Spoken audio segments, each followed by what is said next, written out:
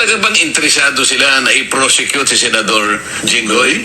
O interesado lang silang maibalik yung mayorya sa kanila? Yun. Kasi kung talaga may kasalanan yung tao, ba't kinakailangan mong gipitin? Ba't kinakailangan siyang umalis?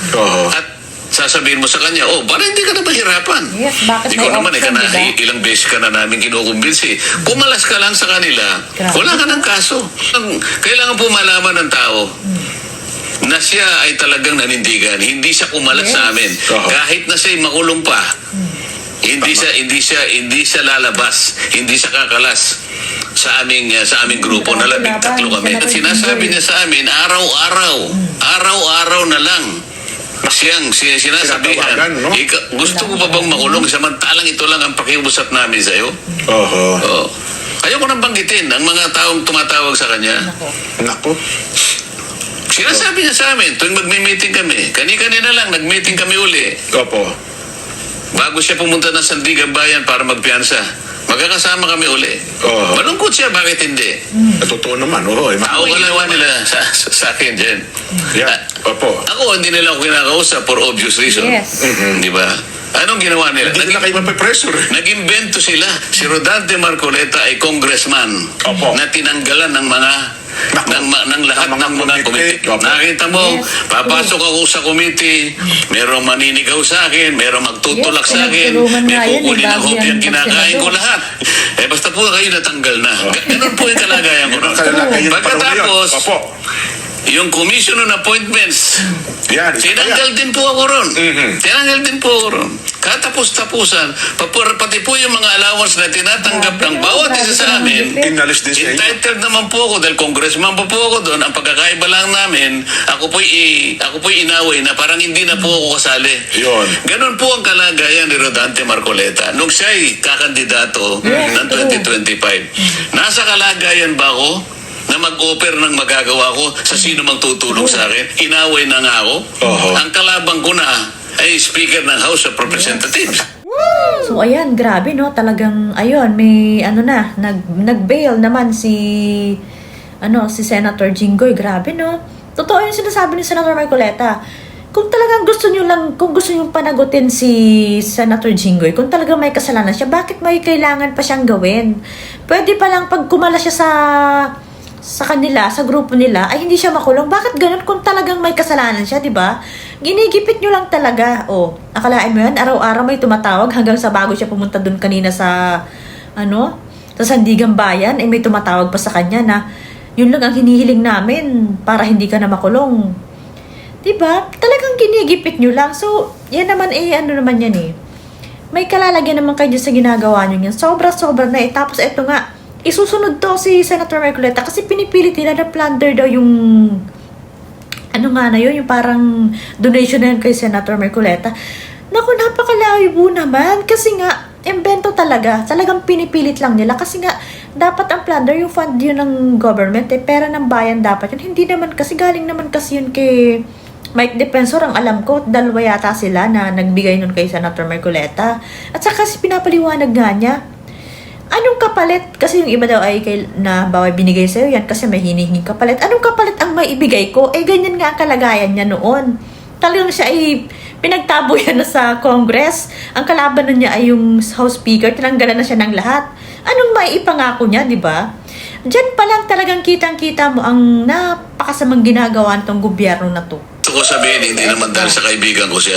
Opo. Nakita ko rin naman yung pressure na ina-apply sa kanya. Kahit sino siguro, tao ka lang naman diba? Lalong-lalo na kung alam mo wala ka namang kasalanan at plunder kagad may kakaso sa'yo. Alam mo naman, kahit ano pang pangangatwiran mo sa ilalim ng kanilang pagpo-prosecute na ito, wala kang kalaban-laban Yes, wala talaga. Wala kang kalaban-laban. Kapag pinail nila sa Sandigan Bayan, arestado ka kagad, kulong ka kagad, ganun kasimple. Ang mangyayari ron, nahiwalay nila sa amin, hindi siya makakapag-attend ng hearing.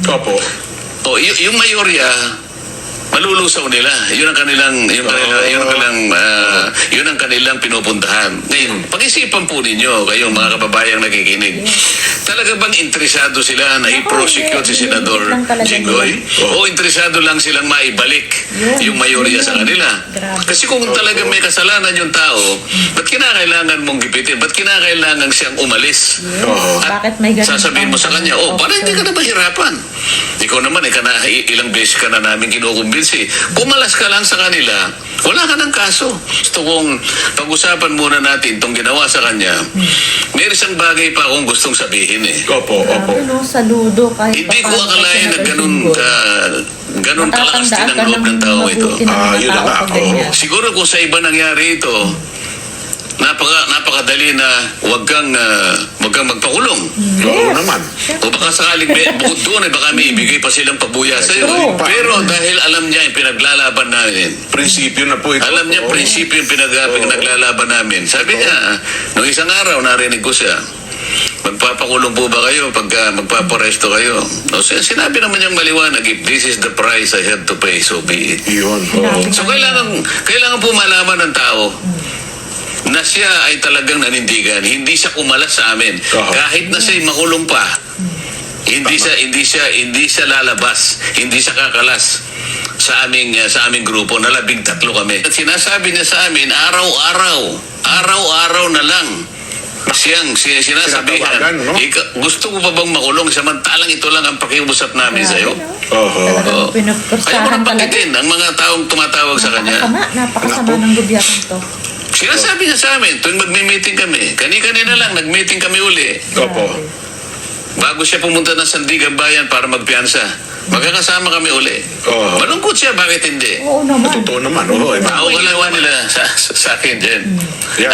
Opo. Ako, hindi nila ako kinakausap for obvious Yes, reason. walang maasahan sa'yo Di ba? eh. Anong ginawa nila? Hindi na kayo mapipreso. Nag-invento sila. Yung assistant ombudsman na nakita ko siya, nagpa-interview na naman siya sa isang Opo. istasyon ng television na tinatanong siya, bakit po ninyo, pati si Senator Marcoleta, kinasuhan nyo ng plunder? Oo nga naman. Oo. Anak.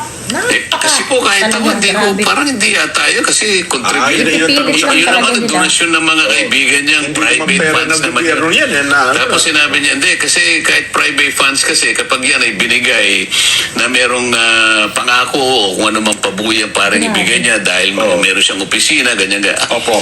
Lahat ng kukunin mo na pabor o ibinigay sa'yo, may kapalit yun. May pangako. Dahil sa Ganun. opisina mo. Yun ang pinapalabas nila. Kailangan ipaliwanag natin, ano ba ako nung ako'y kumakandidato na senador Opo. noong 2025 national elections? Yes. Ito ako noon. Si Rodante Marcoleta ay congressman Opo. na tinanggalan ng mga ng lahat Ng mga ng mga committee. committee. Opo. Nakita mo, papasok ako sa committee, merong maninigaw sa akin, merong magtutulak sa akin, may kukunin ng hopyang kinakain ko lahat. Basta po Pati kayo hopya. natanggal na. Ganon po yung kalagayan ko Yun ang noon. kalalagayan pa rin ngayon. Pagkatapos, Opo. yung commission on appointments, Yan. isa pa tinanggal yan. din po ako ron. Lahat, tinanggal. Tinanggal din po ako ron.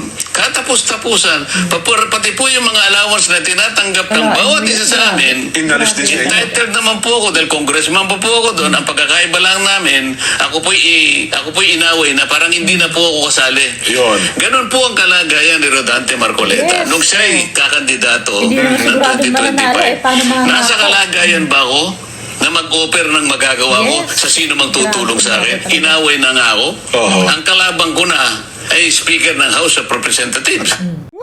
So grabe no, ang tibay din ni Senator Jinggoy. Hindi natin alam kung anong nasa isip niya, pero syempre tao ka lang kung tinatakot ka ng ganyan, kung may offer pa sa'yo, di syempre wala namang gustong makulong. Di talagang prinsipyo na lang talaga yung pinaninindigan nila dito. Sinasabi nga ito ni Senator Marcoleta.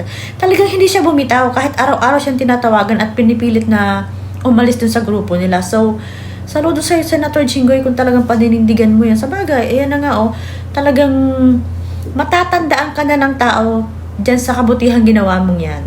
Yan ang may aanihin mo. Yung mga mabubuting ginagawa nyo ngayon, kahit marami nagsasakripisyo, ano naman yun, para sa bayan, parang maganda yung maganda yung magiging resulta niyan. Hindi man ngayon, sa mga susunod na panahon ay aanihin nyo naman yung mabubuting ginagawa nyo yan.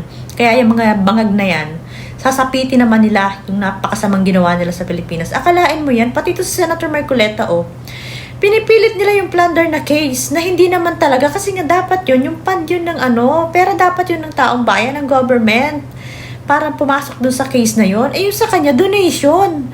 Tapos pinipilit nila na kasi dalawang klase daw yun yung isang kapag binigay sa'yo ay may kapalit, yung ganon. Eh paano nga siya magangako ng kapalit? Eh kita niyo yung kalagayan noon, inaway na siya kasi nga nung pinagtanggol niya nag-umpisa nung pinagtanggol niya si BP Sara dun sa budget. Inaway na siya ng lahat. Tinanggalan siya ng lahat ng committee, pati yung appointment. Tapos huli-hulihan pa sinasabi niya, pati yung mga allowance na dapat ay kasama naman siya. Tinanggal lahat. Akalain mo, gagawin niyo yan sa taong inelect ng taong bayan. Dahil hindi niyo lang kakampi. Anong class? Sa bagay, ganyan naman, sobrang sama talaga. Napakasama ng ginagawa nitong gobyerno na to. Pero lahat naman yan ay may katapusan eh. Kaya dapat talaga tatag lang. Wala sanang bumitaw dun sa 13. Kung ubusin man nila, may mangyayari dyan kahit pa ikulong niya mga liyan. Kasi nga isusunod na talaga to si Senator Marcoleta. Pinipilit nila, nagsalita na si Boying, di ba? Lahat, si Joel Villanueva, si Cheese, tapos sabi nga meron daw nakapending pa rin doon sa dalawang magkapatid na bilyar.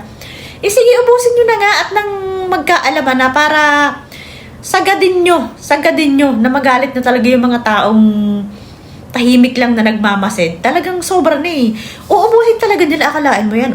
Nabuti nga at nagulat yung lahat kasi nga may bail pa yung case ni Senator Jinggoy ngayon. Parang binibigyan ka pa namin ng chance na mag-isip na kumalas dyan. Pero sa sinasabi nito ni Senator Marcoleta na hindi, kahit siya ay hindi rin niya inaasahan na ganun katibay itong tao na to na maninindigan.